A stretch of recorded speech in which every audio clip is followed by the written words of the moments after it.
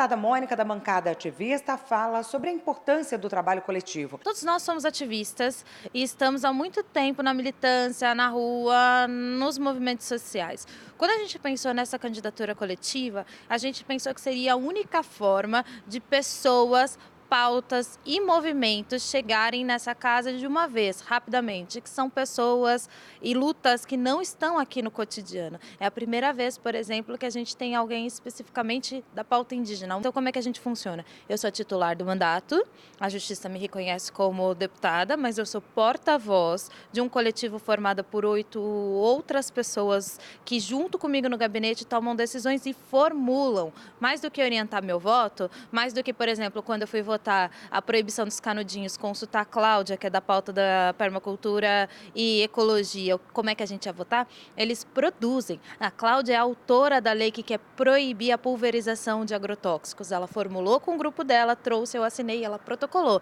A Shirley é a autora do projeto de lei que quer contratação regulamentada para professores indígenas na rede estadual. A Érica tem a formulação, o Jesus tem a formulação dele, a Paula tem a formulação dela. Anne e Raquel têm o projeto de lei que quer separar mulheres de filhos natimorto da maternidade para separar as mulheres que estão nesse momento de dor, de ter perdido um bebê, das mulheres que tiveram seus filhos e estão celebrando a chegada de uma nova vida. Então eles formulam, eles trazem as políticas que eles sonham para dentro dessa casa e a minha caneta no lugar de porta-voz é uma caneta também coletiva de 9 redes de ativismos. Isso é muito bacana porque, assim, acaba tendo um conhecimento profundo sobre tudo que está sendo proposto, né? Por exemplo, tem algum parlamentar que a bandeira dele não é, por exemplo, o meio ambiente, ele pode não ter alguma informação que é mais fácil ter ali com a bancada inteira trocando ideia, trocando informação, né? Sim, sim. Isso a gente faz muito. A gente tem uma cobertura de quase 100% das atividades da casa. Todos nós acompanhamos comissões, as frentes parlamentares, nem que seja como ouvintes, porque a gente não pode ocupar mais cadeiras do que a nossa legenda nos dá direito, mas a gente participa como ouvintes, para participar, ouvir e estar inteirado do que está acontecendo. Então, a gente tem uma visão global e a gente também tem uma troca muito interessante dentro do mandato, porque as pautas são interseccionais. E, às vezes, a gente é muito ligado numa pauta e, às vezes, acaba invisibilizando outras. Então, dentro do meu gabinete, é um gabinete que os educadores, os professores organizados com a Paula, dialogam com as mães usuárias da rede pública organizadas pela ANE. É um gabinete em que eu e a Cláudia, que somos militantes da ecologia, dialogamos com os povos indígenas organizados pela Shirley. E assim a gente tem produção legislativa, voto, posicionamento mais amplo, produzido através desse olhar diverso do nosso mandato. A política ela sempre foi feita na primeira pessoa, só que essa pessoa tinha só um perfil.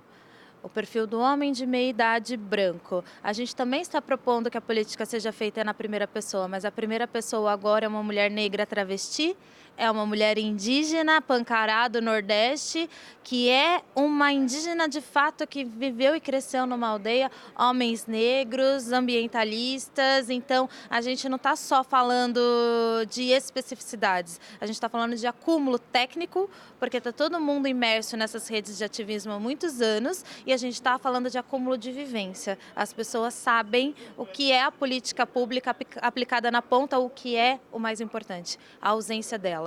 Na grande maioria das casas legislativas, apenas um perfil político. Quando a gente traz essa diversidade, a gente consegue lidar de fato, no real, no quente, o que é a pluralidade. Como eu disse, às vezes a gente muda de ideia, um auxilia o outro. Tem professores conversando com mães sobre escola pública e são pontos de vista diferentes de quem usa, de quem dá aula, quem é trabalhador. E juntos a gente cria a política pública. A gente tem quem não quer que derrube árvore com o indígena que precisa, na medida do possível, derrubar uma ou duas árvores para construir sua oca, para construir sua moradia, conversando e tentando chegar na melhor mediação de conflito, que é o que deveria se tratar a política e que é o que a gente tenta fazer nesse mandato coletivo. A ideia de estar aqui nesses espaços é para trazer as reivindicações das populações indígenas, tanto as questões territoriais, as questões de saúde, as questões da mulher, educação e várias outras temáticas e as questões de invisibilidade dos povos indígenas no Brasil. as maiores invisibilidades dos povos indígenas nesse país está relacionada às questões de território, porque há um interesse muito grande do agronegócio em nossas terras. E com isso, eles vão aí, ó, nos apagando, vão causando aí a questão do genocídio, do etnocídio. E para estar aqui nesse espaço, as populações indígenas me indicaram para ocupar, para trazer as demandas, para levar à frente a luta dos povos indígenas. E com isso eu venho aqui, já protocolei um projeto de lei, categoria professor indígena e um concurso específico para os professores indígenas. São os professores indígenas da rede estadual de educação que estão dentro das comunidades, né? Esses são os professores indígenas dentro da comunidade, que hoje eles são contratados pela categoria O, né? Aquela categoria aquela contratação, e que nós queremos um concurso específico e a categoria professor indígena. E já temos essas experiências aí, temos na Bahia, então não estamos aqui inventando ou inovando algo que é impossível de acontecer. Isso já acontece em algumas partes do país, né? Então, teve aí no dia 8 de maio o lançamento da Frente Parlamentar de Promoção da Igualdade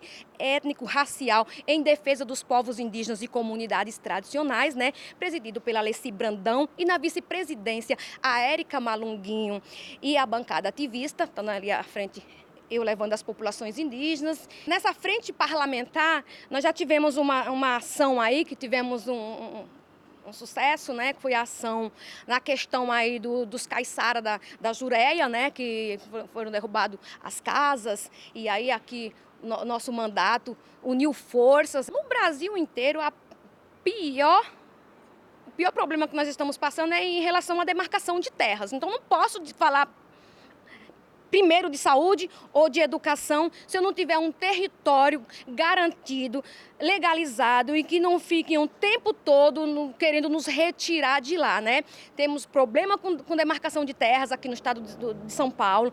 Estamos com problemas em relação à questão da saúde indígena. Temos sérios problemas no estado, mas os maiores problemas são em questões aos nossos territórios. Dentro dos nossos territórios, a gente mantém nossa educação, que é o que nós buscamos, educação diferenciada, saúde diferenciada. Inclusive, agora, tem um grupo aqui do Sul e do Sudeste ocupando a Secretaria Especial de Saúde Indígena, um grupo em Brasília, ocupando em Brasília, e outro grupo ocupando a Secretaria Especial de Saúde Indígena, que fica em Curitiba. Então, estão dois grupos divididos. Um grupo está em Brasília, o outro grupo está na Secretaria Especial de Saúde Indígena, que fica em Curitiba, pois estão querendo cortar o convênio com a saúde indígena até o dia 30. Então, dia 30 desse mês, deram um prazo que vão retirar os carros dentro das comunidades, e isso impacta em todo o território, porque a política para povos indígenas em relação à saúde, em relação à educação,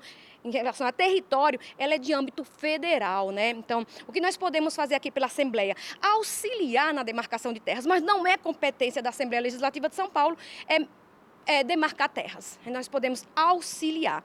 A questão da saúde, como tentaram municipalizar, não queremos ela municipalizada. Então, ela é o quê? Em âmbito federal. Então, por isso que todas as demandas aqui a gente corre para o órgão que está lá.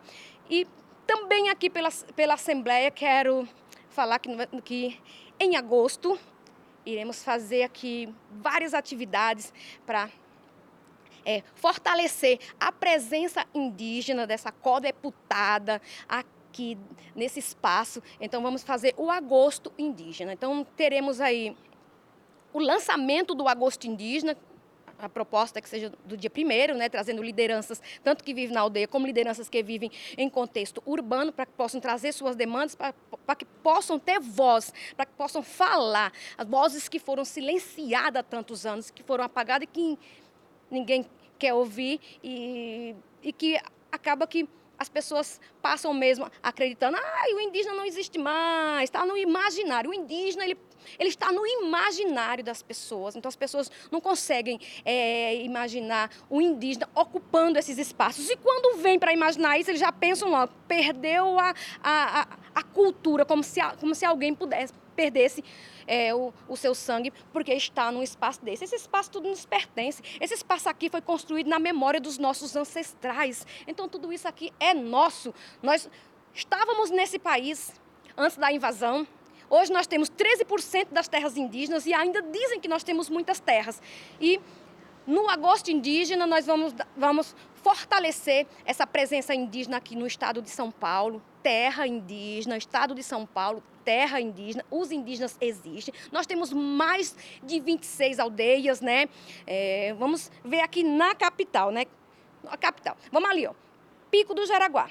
No Pico do Jaraguá nós temos 6 núcleos de aldeia, tão próximo da gente, 6 núcleos de aldeia na terra indígena Jaraguá. Terra indígena Jaraguá tem 6 núcleos de aldeia, tem suas lideranças, é do povo Guarani e passam problemas seríssimos e as pessoas tão próximas, elas distanciam o indígena. Quando eu vou falar no indígena, eu falo assim, o indígena está lá no Amazonas, o indígena está no imaginário, porque é exatamente a intenção, é distanciar por preconceito, por tentativa mesmo do etnocídio, do genocídio. São essas tentativas que nós passamos o tempo inteiro, a negação de estarmos nesses espaços. Então, aqui no dia 26, nós iremos ter audiência, tema proposto Mulheres Indígenas contra a Violência, iremos ter uma exposição legal aqui num desses espaços, iremos expor artesanato indígena, para que as pessoas possam manter o contato com nossa arte, nossa cultura. E aí eu levo e trago para cá várias demandas, assim como acessibilidade e permanência dos indígenas na universidade. Eu aí, como também estudante, levo essa luta de acessibilidade e permanência. E como somos poucas pessoas a ocupar esses espaços, eu não levo uma única temática, tipo educação.